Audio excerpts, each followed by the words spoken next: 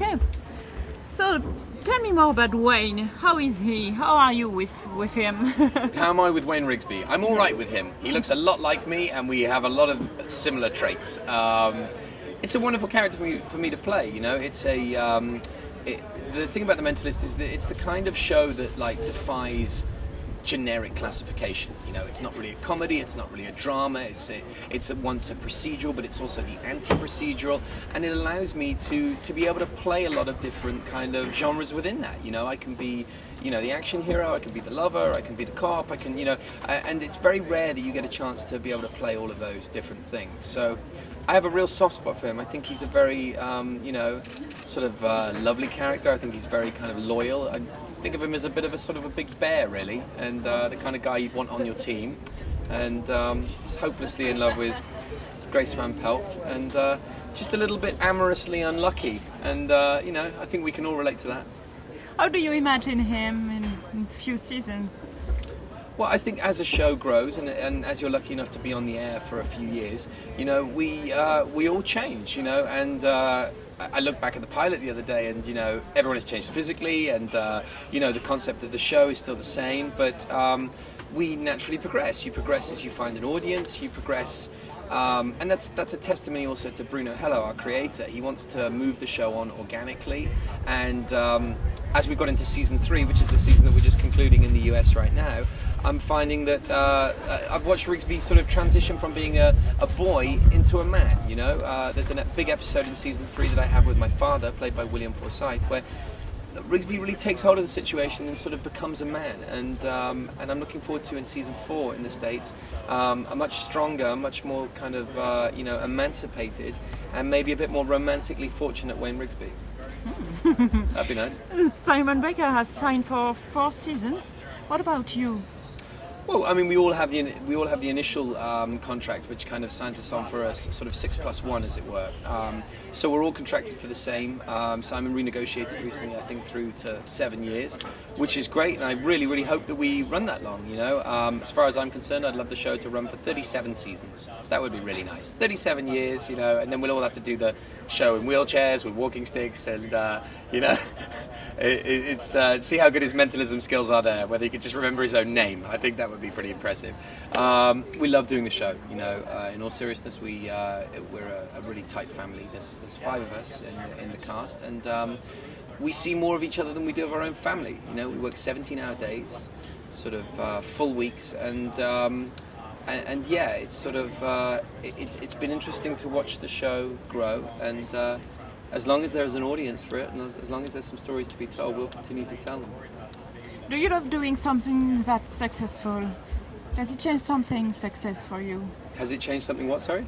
Playing something successful. Successful? Yeah, I thought you said, has it changed something sexy for you? I was like, wow, I don't know quite how to answer that. Expression. Yeah, you know, it's as an actor, you're only as good as your audience, and I've done shows where we haven't been able to find an audience. So, you know, it's a lovely feeling when you do know that. I mean, at any given week, I think we play to almost 90 million people worldwide, which is a staggering amount of people, and you know, it's opened up a lot of career opportunities for me. I can take meetings that, you know, and meet with people who know the show, just to be able to come internationally to places like this, and to be recognised and appreciated. That's a lovely feeling as an actor, to know that the hard work that you're putting in is responded to and enfranchised. You know, yeah. It's important for you to be here in Monaco, in the festival? Very important, you know, it's my first time. I'll be honest with you, Monte-Carlo is ridiculously beautiful. I'm really okay being here, you know, I'm okay being in a place like this and calling it work. You know, that's not a bad day's work. I think we've all got to feel pretty happy with ourselves at the end of the day that we can call this work. Yeah, I think, you know, the medium of television is becoming more and more powerful. I think there used to be a time where people would say, well, I'm a movie actor, so I don't do TV. And I think that snobbery has died away. You know, I think people are just responding to good work, and good work is good work across any medium, whether it be television, film, radio. And so when you're involved in that medium, I think it's really important to support it. And festivals like this are the backbone of our industry.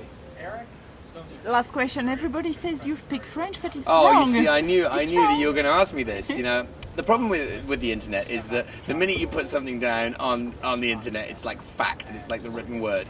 I think I did an interview a couple of years ago where I happened to mention that like I could speak a little bit of French and that I could understand some French, and that would mean things like je voudrais un sandwich de jambon, or like my German would run as advanced as ist dieser Platz noch frei bitte, you know, and it gets no more advanced than that. So it gets very embarrassing now when people say, is it okay if we do this interview in French? And I'm like, yeah, we can do this interview in French if you want it to go really badly.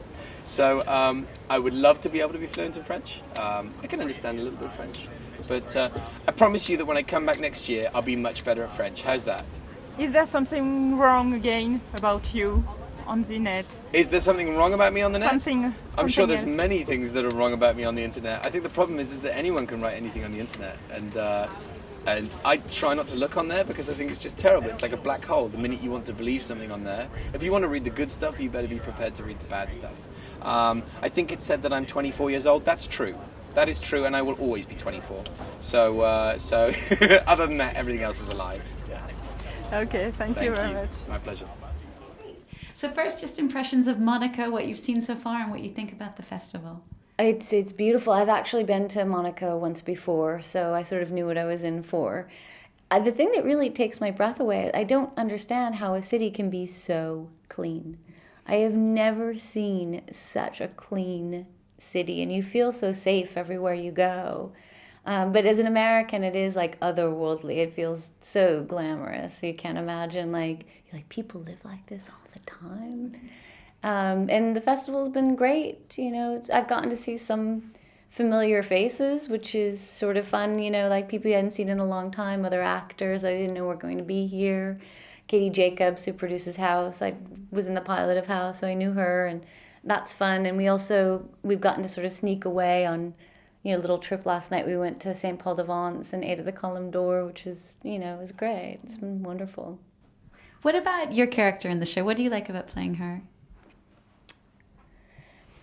I think it's pretty fun to be a woman and be the boss and sort of an authority figure, and also not have the character be played like a man.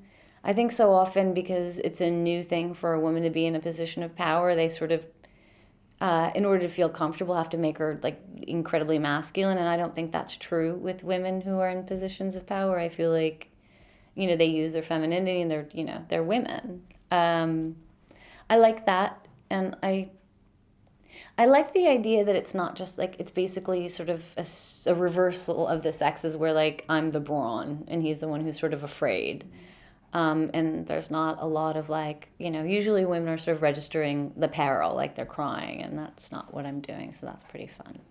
So how do you see The Mentalist going over the next coming years? I don't know. I mean, I found out from one of the journalists today that Bruno said that we're going to find Red John this year, which is an interesting way to find out. So that's season 6. I don't know what's going to happen after that. You kind of take it year by year, and it could be over this year. I don't know. I mean, I'll feel sad just because it's become like a family. It's been such a huge part of my life for a really long time. It's longer than high school. It's longer than college. And I've come to depend on Simon so much as a friend. It'll be weird. I think I'll feel sad. But yeah. You've done feature films as well. What's the big difference between working on a television set and working on a film set, if there is one? Doing TV is harder. It's just sort of more rigorous, and they like expect you to behave like an adult. Like on movies, they treat you kind of like you're a 4-year-old. They're like, your driver will be here at 7 o'clock to pick you up, and you only do about 3 pages a day. On TV, they're like, you know, they give you a map. They're like, be there at 4:30 in the morning. It's 9 pages a day, and you shoot for 10 months out of the year. And you have to be like a real responsible grown-up, and it's rigorous. Like you have to really sort of pace yourself. It's a marathon. It's not a sprint. And, you know, so you're making, basically every 8 days we make 44 minutes of television. And on a movie, you have 3 weeks to make 90 minutes. So the pace is just really full on.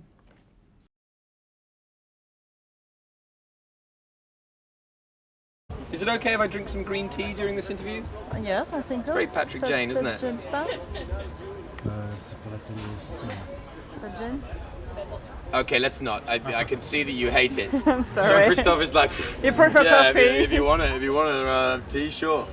Coffee, it's okay, but no If tea. you want to look crap. It's okay. Yeah, coffee, but not tea. I like that. Okay, glasses or no glasses? Yeah. If you prefer, Glasses, I think. as you like. No glasses? No glasses. Blue eyes is better. There we go. I prefer your I'm now eyes. blind. So let's do this interview. Hi, nice to meet you. Yeah.